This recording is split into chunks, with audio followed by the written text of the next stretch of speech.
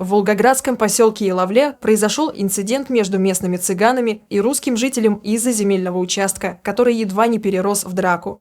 Однако выяснилось, что это не единичный случай. Цыгане стремятся жить по своим законам не только в этом поселке, но и в других населенных пунктах России. Разберем все подробности в нашем выпуске.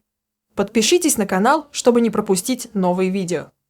Недавно группа пьяных цыган ворвалась в дом местного пожарного Михаила Зазулина, у которого есть 3 детей и беременная жена. Они начали угрожать его семье, крича: «Мишка, я же тебя достану! Я тебя закопаю! Слово мужика тебе даю!»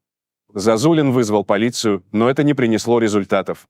Когда полиция прибыла на место, они оценили ситуацию и уехали. После повторного вызова наряд остался на месте, но тогда цыгане напали на правоохранителей, включая детей, которые бросали в служителей закона камни. Полиции пришлось использовать газовый баллончик, чтобы усмирить толпу. Угрозы применения огнестрельного оружия не помогло сдержать агрессию. На следующий день был задержан 36-летний подозреваемый, однако его обвиняли не в нападении на Зазулина, а на полицейского.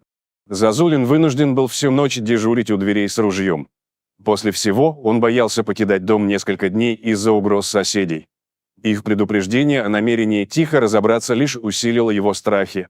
Возле дома Зазулина собрались местные жители, обвинив главу администрации Лавлинского района Ивана Геля в коррупции и попустительстве цыганам. Чиновник отверг эти обвинения. По словам Зазулина, власти действительно не приняли должных мер. Причиной конфликта стал спор из-за земли. Пожарный выкупил у поселка 3 сотки земли, на которых цыгане нелегально построили туалет. Теперь он не может разобрать сооружение и огородить территорию из-за агрессивной собаки соседей, привязанной к туалету. А дальше последовали извинения. После народного схода в Волгоградской Иловле и тщательного расследования правоохранительными органами инцидента с нападением цыган на семью Зазулиных, цыганские бароны записали обращение к русским с извинениями. «Просим у вас прощения за нашего цыгана, что сделал так. Но он пьяный, так получилось. Мы же не все такие. Мы тут по 50 лет живем, дети у нас, внуки, ходят в школу. Мы просим извинения у вас у всех. Мы будем следить за молодежью, детьми, чтобы все нормально было», говорит в кадре один из баронов. Сложно согласиться с утверждением, что шалил только один цыган. На самом деле на дом Зазулиных напало не менее десятка человек. Задержали только одного из них, который сопротивлялся полиции. Видимо, о нем и говорят бароны в своем обращении. Беседа проходила у нас с администратором, прокурором, со всеми беседа проходила, Следственный комитет. Мы обещали, дали слово, что больше такого не будет.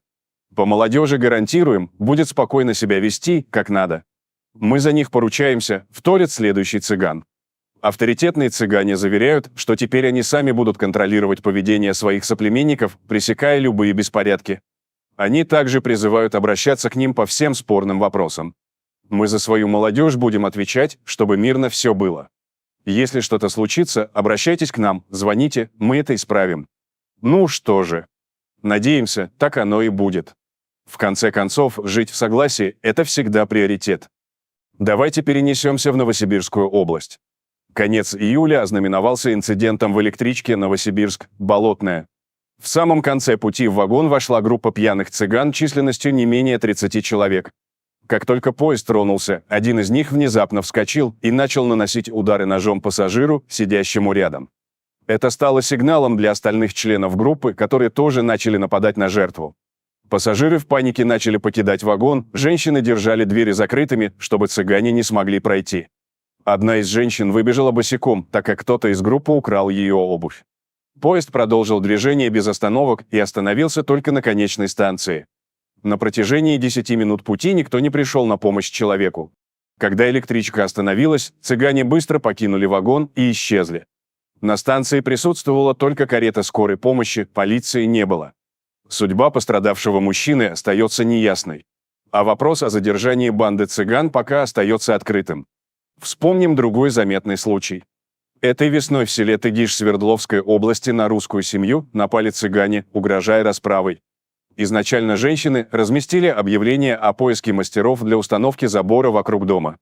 Группа молодых цыган под видом армян согласилась выполнить работу. Предприниматели начали ставить изгородь без подписания договора и узнали, что глава семьи Егор находится на службе и отправляет свое жалование домой. После этого стоимость их услуг резко возросла, но качество работ осталось плохим, забор поставили кривым. 84-летняя Прасковья, бабушка жены Егора, попросила рабочих уехать и отказалась платить им деньги. Однако цыгане начали открыто требовать оплату своей работы. «Ты ведь богатая баба. Вытаскивай деньги».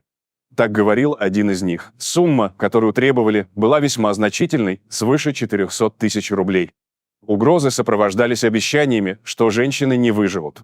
В одном из видеороликов агрессивный мужчина с топором наносит удары по забору, а его сдерживает 84-летняя Прасковья. Полиция, прибывшая на место по вызову, не смогла разрешить ситуацию. Пострадавшие подали заявление, однако уголовное дело так и не было возбуждено. Тогда они обратились за помощью к журналистам, которые осветили происходящее. Лишь после огласки верхушка диаспоры попыталась урегулировать этот вопрос. Решение оказалось предельно простым, от женщин попытались откупиться, назвав это компенсацией морального ущерба. Впрочем, диаспора согласилась возместить ущерб только тогда, когда возникла реальная угроза заключения их детей в тюрьму. И такие истории повторяются одна за другой. Будем надеяться, что каждый случай будет тщательно расследован и виновные понесут заслуженное наказание. А что насчет всего этого думаете вы, уважаемые зрители? Делитесь своим мнением в комментариях и не забудьте подписаться на канал, если вы этого еще не сделали. Всем добра, всем пока!